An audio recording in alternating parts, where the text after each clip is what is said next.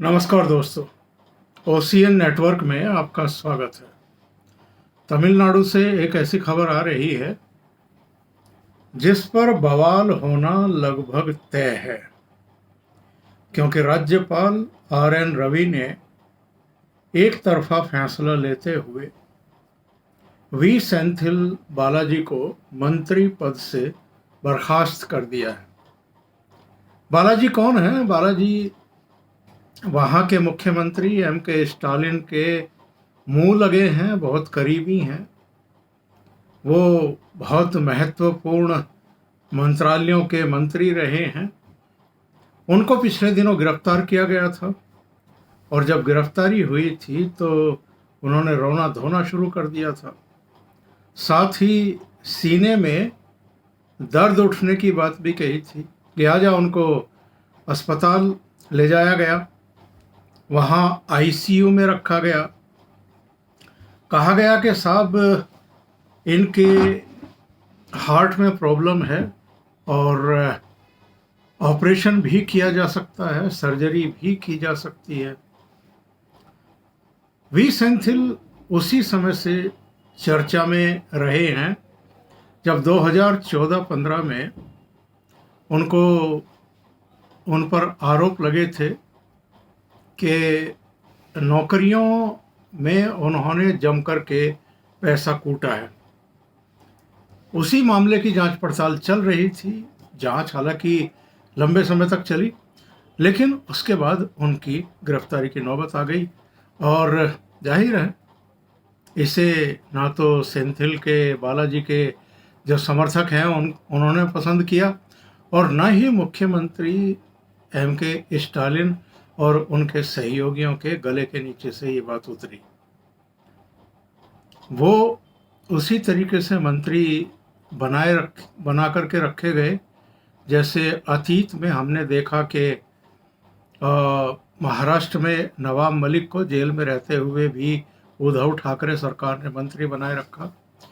उनसे प्रेरणा लेकर के अरविंद केजरीवाल ने सत्येंद्र जैन को करीब करीब 11 महीने तक तिहाड़ जेल में रहते हुए भी मंत्री बना करके रखा।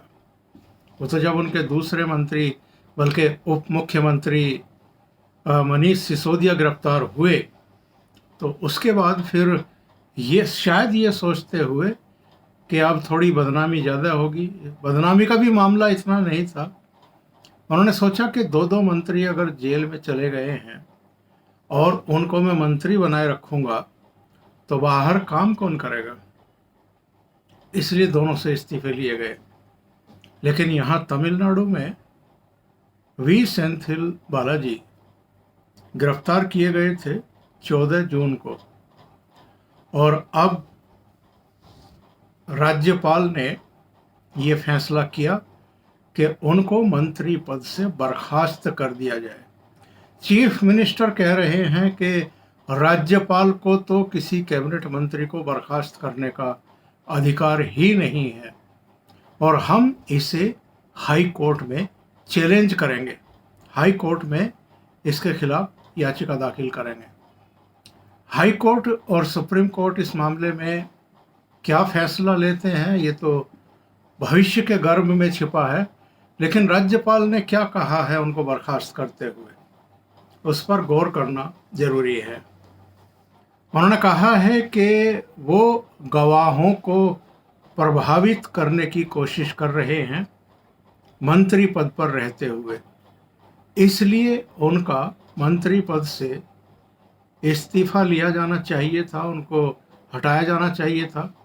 चूंकि सरकार नहीं हटा रही है इसलिए उन्हें बर्खास्त करने का फैसला लिया गया है। आर.एन. रवि एक्चुअल में पूर्व आईपीएस हैं। वो 2 पूर्वोत्तर राज्यों के भी गवर्नर रह चुके हैं। इसके अलावा पूर्वोत्तर के एक राज्य में जो अशांति थी उसमें वो समन्वयक थे केंद्र सरकार और उस राज्य के बीच में वार्तालाप को लेकर के। सिरे नहीं चढ़ी बात अलग बात है और उसका ठीकरा भी RN रवि के सिर पर फोड़ा गया था। लेकिन उसके बाद इनको तमिलनाडु जैसे महत्वपूर्ण राज्य का गवर्नर बना करके भेजा गया। और मुझे लगता है कि MK स्टालिन और RN रवि के बीच में आपस में ट्यूनिंग बन ही नहीं पाई, दोनों में तनातनी चलती रही और बहुत सारे मुद्दे हैं। चीफ मिनिस्टर पहले भी आरोप लगाते रहे हैं कि कम से कम 20 विधेयक ऐसे हैं जिन पर राज्यपाल ने समय रहते दस्तखत नहीं किए, मंजूरी नहीं दी और उनको लटका करके रखा। तमिलनाडु के नाम को लेकर के भी दोनों में, यानी चुनी हुई सरकार के मुख्यमंत्री में और संवैधानिक पद पर राष्ट्रपति का प्रतिनिधित्व कर रहे राज्यपाल के बीच में अच्छा खासा विवाद हो ही चुका है। राज्यपाल तमिलनाडु को किसी और नाम से पुकारने लगे। इसको लेकर के बहुत सारे लोगों ने सवाल भी खड़े किए कि राज्यपाल को ऐसा नहीं करना चाहिए। इसके अलावा भी जनवरी में जब उनका अभिभाषण हो रहा था तो उन्होंने राज्य सरकार के द्वारा लिख कर दिए अभिभाषण का एक पैरा छोड़ दिया था, पढ़ा नहीं था। इसको लेकर के भी विवाद हुआ और बहुत सारे जो DMK के सांसद और MLA हैं उन्होंने राष्ट्रपति को एक चिट्ठी भी सौंपी, एक ज्ञापन भी सौंपा और RN रवि को तमिलनाडु से हटाने की मांग भी की। लेकिन ऐसा लगता है कि केंद्र सरकार भी इस मामले में ठीक उसी तरीके से चुप है जिस तरीके से हमने अतीत में पश्चिम बंगाल में जगदीप धनखड़ जब राज्यपाल थे और वहाँ की मुख्यमंत्री ममता बनर्जी, दोनों के बीच में जिस तरह से विवाद होता था और बहुत सारे ऐसे टकराव के बिंदु रहे, विषय रहे जिन पर राज्यपाल और मुख्यमंत्री के बीच में बहुत तनातनी रही। कई बार राज्य सरकार की तरफ से यहाँ तक कि चीफ सेक्रेटरी, DGP और खुद चीफ मिनिस्टर की तरफ से भी जगदीप धनखड़ के राज्यपाल रहते हुए उनके साथ ऐसा व्यवहार किया गया जिसको आप स्वीकार नहीं करना चाहेंगे। इसके बावजूद जगदीप धनखड़ वहाँ जमे रहे और वो अपने जो बिंदु थे, अपने जो उनके फैसले थे, उन पर भी टिके रहे।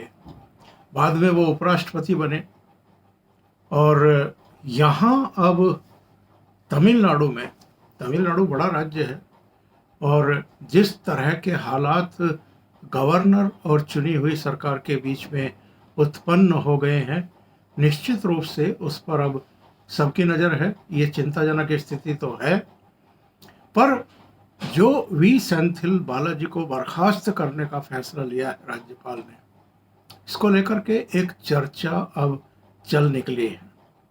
बड़ा वर्ग है जो कह रहा है कि राज्यपाल को इस बारे में मुख्यमंत्री से चर्चा करनी चाहिए थी। बहुत सारे लोग हैं जो अभी चुप हैं। कुछ लोग राज्यपाल ने जो कदम उठाया है उसको बिल्कुल सही बता रहे हैं। जो कारण बताए हैं राज्यपाल ने कि वो गवाहों को प्रभावित कर रहे हैं, धमका रहे हैं मंत्री पद पर रहते हुए, वो दमदार तर्क हैं उनके। लेकिन जब इस मामले की कोर्ट में सुनवाई होगी तो वहाँ ये जो तर्क दिए हैं राज्यपाल ने वो कितने ठहर पाएंगे। दूसरे, अभी ये भी तय होना है कि क्या कोई गवर्नर या राष्ट्रपति केंद्रीय मंत्रिपरिषद के किसी सदस्य को या राज्य सरकार के किसी कैबिनेट मंत्री को इस तरह बर्खास्त कर सकते हैं। हालांकि ये विशेष परिस्थितियां हैं क्योंकि V सेंथिल बालाजी गिरफ्तार किए गए हैं, भ्रष्टाचार के आरोप में गिरफ्तार किए गए हैं। तो ये देखना दिलचस्प होगा कि हाई कोर्ट और आगे सुप्रीम कोर्ट, अगर सुप्रीम कोर्ट तक मामला पहुंचता है तो उनका डिसीजन राज्यपाल के इस फैसले पर क्या आता है। अभी के लिए इतना ही। बहुत बहुत धन्यवाद। अगर आपको ये चैनल और इसके कंटेंट पसंद आ रहे हैं तो लाइक करें, कमेंट करें, वीडियो को शेयर भी करें। अभी तक अगर आपने ये चैनल सब्सक्राइब नहीं किया है तो सब्सक्राइब कर लें और साथ में लगे बेल आइकॉन को दबाना ना भूलें, ताकि आगे आने वाले वीडियो और उनके नोटिफिकेशन आप तक पहुंचते रहें। बहुत बहुत धन्यवाद। नमस्कार।